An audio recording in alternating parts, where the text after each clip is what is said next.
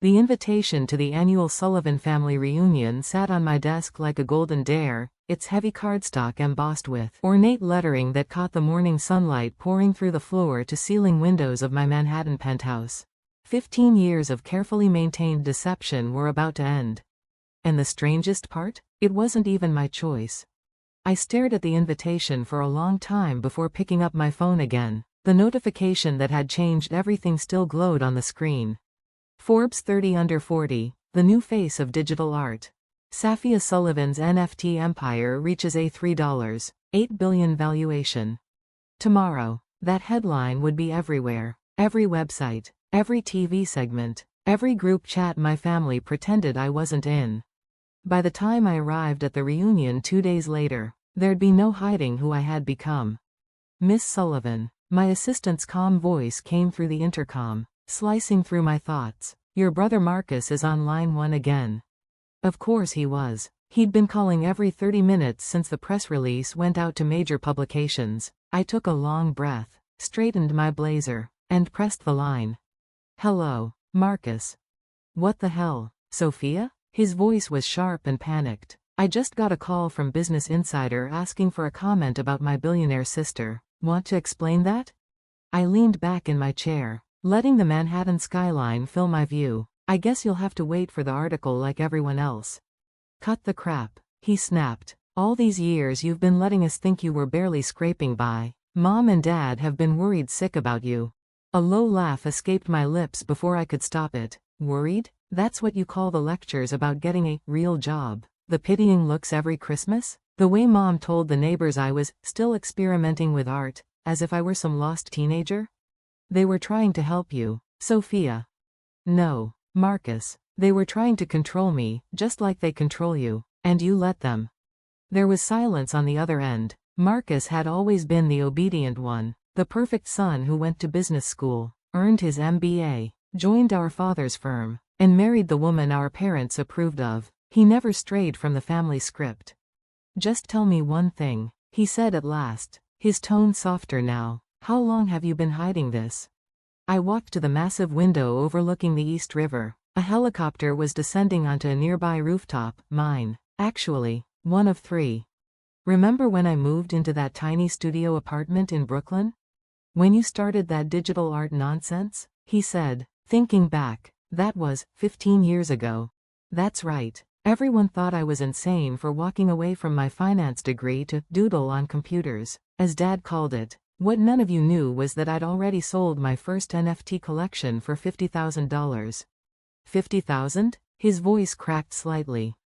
And 6 months later, another collection went for $200,000. By the time Dad was telling everyone at Christmas dinner that I was just going through a phase, I already had my first million.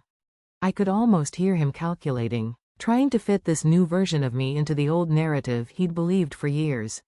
But you asked Mom and Dad for rent money. You drove that beat-up Honda until last year. I never asked for money. I asked them to invest. They refused. Loudly. Publicly. The Honda was a choice, Marcus, just like the penthouse is a choice. The jet. The island. All of it. Jet? His voice faltered. Sophia, how rich are you exactly? I smiled faintly, remembering every dinner where Olivia, our youngest sister, would make a performance out of paying the bill, her way of reminding everyone how successful she was. The Forbes article will say $3.8 billion, I said casually, but that's conservative. The real figure is closer to 5. There was a stunned silence on the line, broken only by his faint exhale.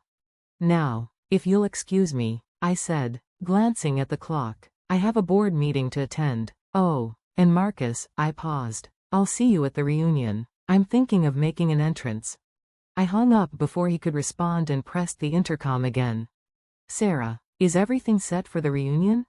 Yes, Miss Sullivan. The jet is fueled and ready. Rolls-Royces will collect each family member as instructed. The venue has been upgraded to your private island, and all staff have signed NDAs. Perfect. I looked back at the invitation on my desk. For 15 years, I'd played the part they'd written for me, the irresponsible dreamer who couldn't survive without her family's guidance. They'd pitied me, belittled me, and used me as a cautionary tale. Not this time. My phone buzzed with a message from Olivia. Olivia. OMG. Soph. Please tell me this Forbes thing is a joke. What's going on? I didn't reply. Olivia never missed an opportunity to mention her six-figure salary, her strategic partnerships, or her precious promotion at Dad's firm. I used to smile and nod while she bragged, knowing full well that one of my digital sculptures had sold that morning for more than she made in a year. The intercom buzzed again. Miss Sullivan, your parents are both on the line. Tell them I'm in a meeting. I slipped on my sunglasses and grabbed my handbag. And Sarah, I added, pausing by the door, call the helipad. I'll take the chopper to the meeting today. As I stepped into the elevator, my reflection in the mirrored walls looked calm, poised, unrecognizable from the broke artist they used to mock. And as the elevator descended, I thought back to the day it all began, the day I stopped trying to earn their approval and decided to build something entirely my own. The day I became invisible on purpose. The morning of the reunion began like the calm before a storm.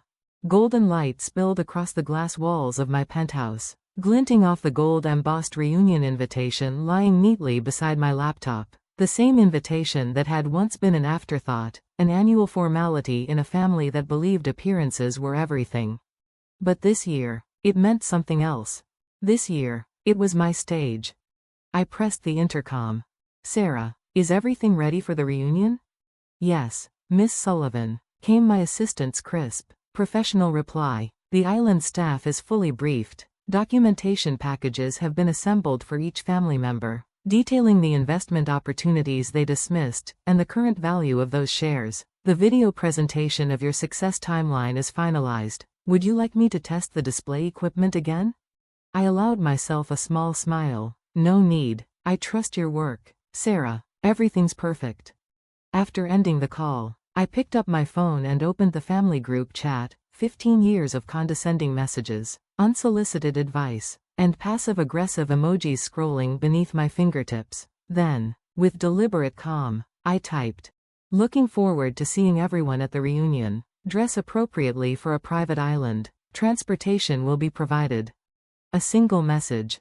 Simple, elegant, and guaranteed to cause chaos. I opened my laptop to check the market. The Forbes article had already gone live in Europe, sending my company's valuation through the roof. By the time the American markets opened, I'd gained another $1 billion before breakfast.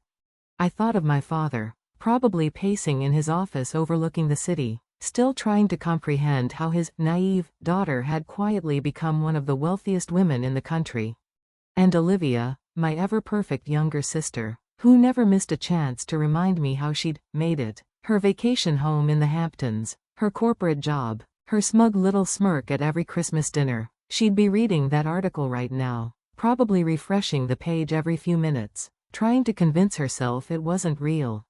Yes, the reunion was going to be very interesting. My phone buzzed again, a message from my father.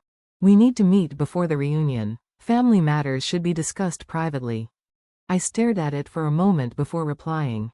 Everything will be discussed at the reunion, Dad. After all, isn't that what family reunions are for? Sharing our successes.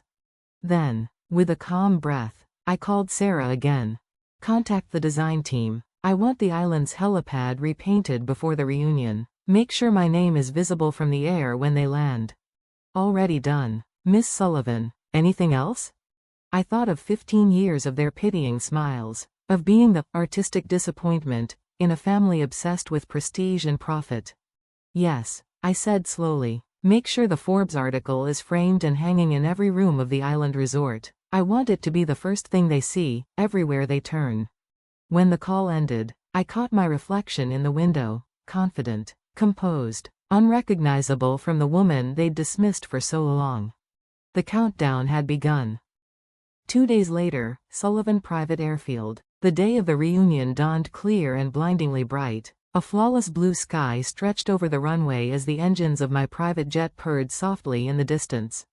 I stood waiting, flanked by my staff. As 3 black Rolls-Royces pulled up in perfect formation, the car doors opened, one by one, releasing the familiar parade of Sullivans.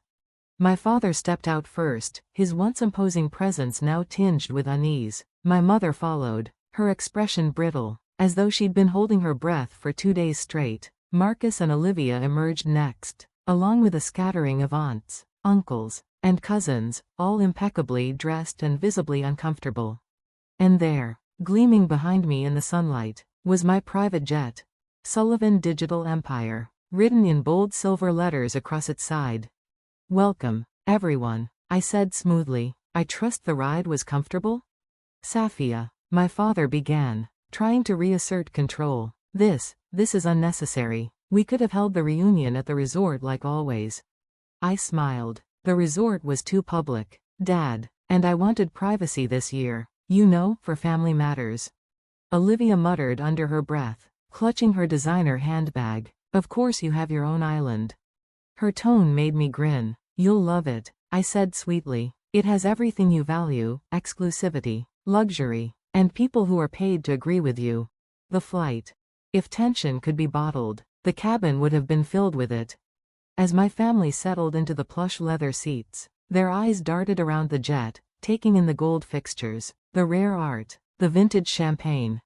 Aunt Patricia leaned forward, whispering to Marcus, "Is that a Picasso?" "Yes," I answered for him. "Acquired it last year. Thought it might complement the Monet in the main lounge." My father cleared his throat. "Sophia, perhaps we should talk about later," I said lightly. "Right now, relax. The champagne's from a private vineyard in France. The bottle alone costs more than your firm's annual catering budget." He flinched, and I savored it.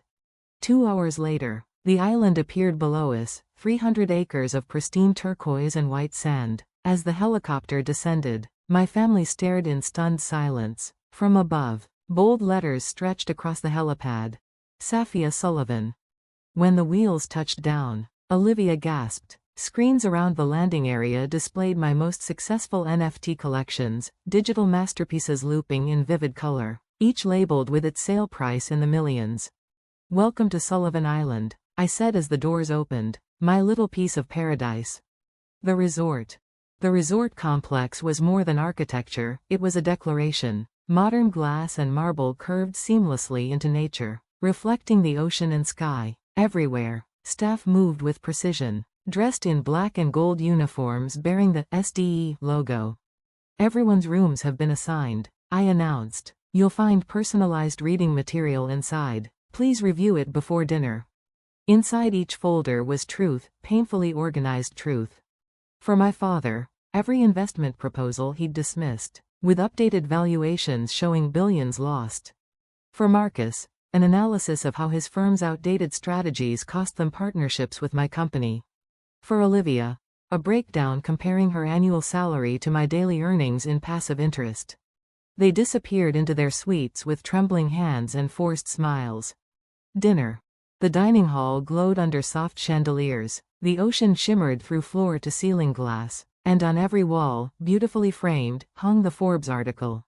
When my family entered, the air felt heavy with realization. They had changed for dinner, but their designer clothes couldn't hide the unease in their faces. "Please, sit," I said. "We have much to discuss." "Sophia," my father began, his voice measured, "we're surprised." "Surprised?" I repeated, smiling faintly. "Not angry? Not hurt? Just surprised?" "We didn't know," my mother whispered.